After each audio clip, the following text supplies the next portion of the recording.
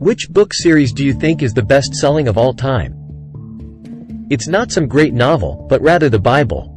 An estimated 200 million copies of the Bible are printed and consumed each year.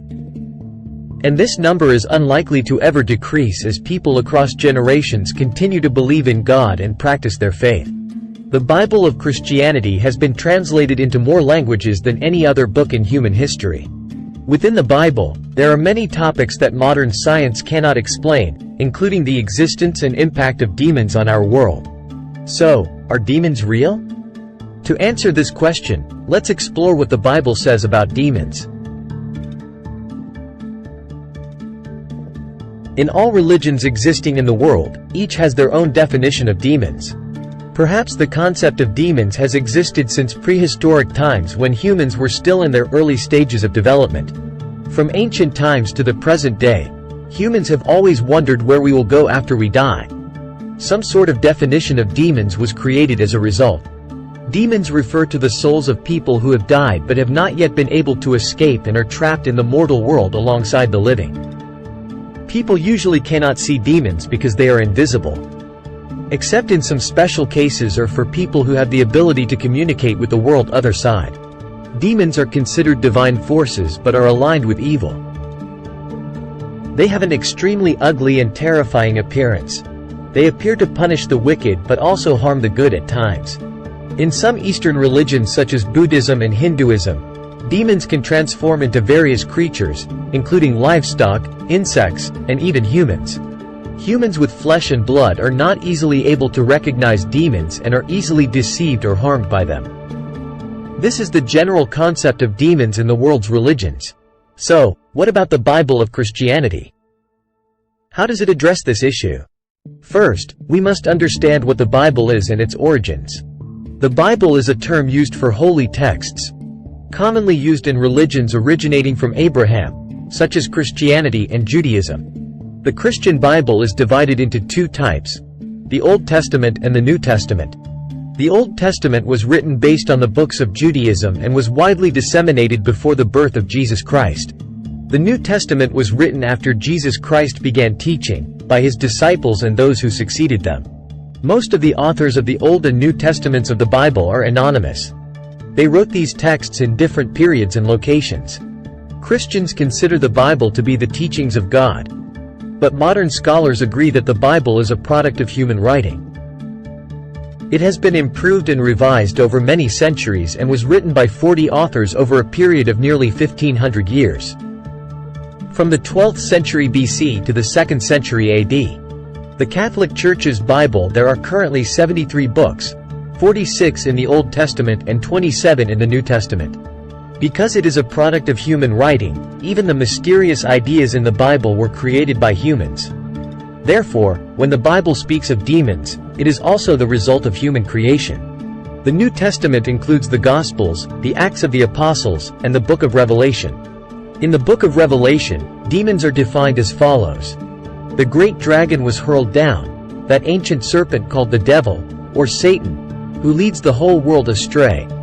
He was hurled to the earth, and his angels with him. The writing style in the Bible in general, and the Book of Revelation in particular, is heavily influenced by religion and can be difficult for most modern readers to understand.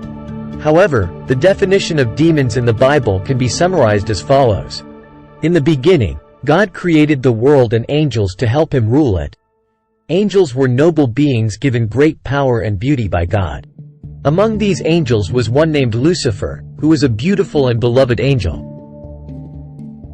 One day, God called all the angels and announced that he had created a new species. One that not only had souls like the angels but also had physical bodies. He named them humans and loved them dearly, asking all the angels to help him serve and care for them. However, Lucifer refused, thinking that it was beneath a noble angel to serve a lower being like humans. He quietly rebelled against God's command, and was able to persuade a third of the angels to join him in a war against heaven and earth. This war drew almost all the angels, with one side supporting God and the other supporting Lucifer. Ultimately, God sent Archangel Michael with his shining sword to defeat the rebellious angels. Those who followed Lucifer were punished severely. and he himself was stripped of all his power and cast down into hell. From that moment on, he was called Satan. Thus, the concept of demons in the Bible is believed to originate from the fallen angels who followed Lucifer. These angels were transformed from beautiful angels to ugly, terrifying, and dirty demons after they were cast down into hell. They have returned to the mortal world many times to harm humans, whom they believe caused their suffering. One famous example is Satan's temptation of Adam and Eve. According to the Bible, Adam and Eve were the first humans in the world, created by God and living in a beautiful garden filled with flowers and fruit. They were happy and healthy, with no sickness or sadness. God allowed them to eat whatever they wanted, except for the fruit from one tree in the garden. One day, Satan appeared in the form of a serpent and asked Eve if God had forbidden them from eating any fruit in the garden. Eve replied that they could eat all the fruit except for the fruit from the forbidden tree, which they were told not to touch or eat, or they would surely die. The serpent then told Eve that eating the fruit would not kill them, but would instead give them knowledge of good and evil, just like God. Eve was tempted by the fruit's beauty and the promise of knowledge and convinced Adam to eat it with her. They were driven out of the Garden of Eden, and their lives were no longer happy and carefree. Their descendants, including all of humanity, faced many hardships, diseases, and sorrows. The image of demons in the Bible is always associated with tempting humans to do foolish things. They are not only enemies of God but also enemies of humanity, always trying to harm us in one way or another.